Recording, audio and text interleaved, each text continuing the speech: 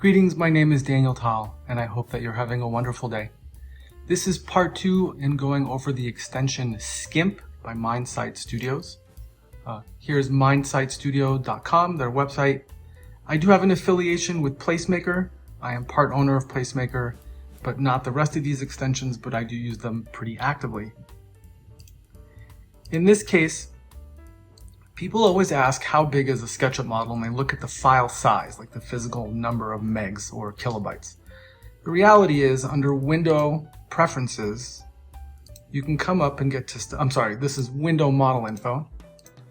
You can go to Statistics, and you look at faces. And this is really the biggest determinant of how well your model will function and be able to be modeled in SketchUp, as well as how long it will take it to render in whatever rendering program that you're using.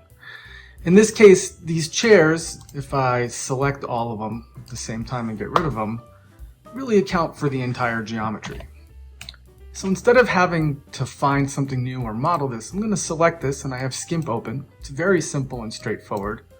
I'm going to click on Simplify Selection, and it's going to give me this option to simplify and reduce the faces. It's already done about 53%. That's the recommended algorithm's point where it's saying the geometry is still intact the way that you want it to look like. But in this case, I'm actually going to lower it all the way down just to show you. You can see in real time at the bottom of the screen that it is modifying the geometry on the chair. I'm going to take it up a little bit. I'm going to click on Replace. It's going to ask if I want to purge unused components to reduce file size. Absolutely.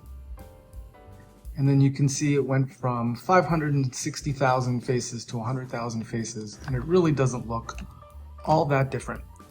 I use this all the time because we build large models with components, and all of a sudden you look at your model size and it's massive. And then instead of trying to replace stuff, the first thing I try to do is use Skimp to poly reduce. Thank you very much. Please like and subscribe the video when you have the chance if you want to see more content, and I hope you have a continued good day.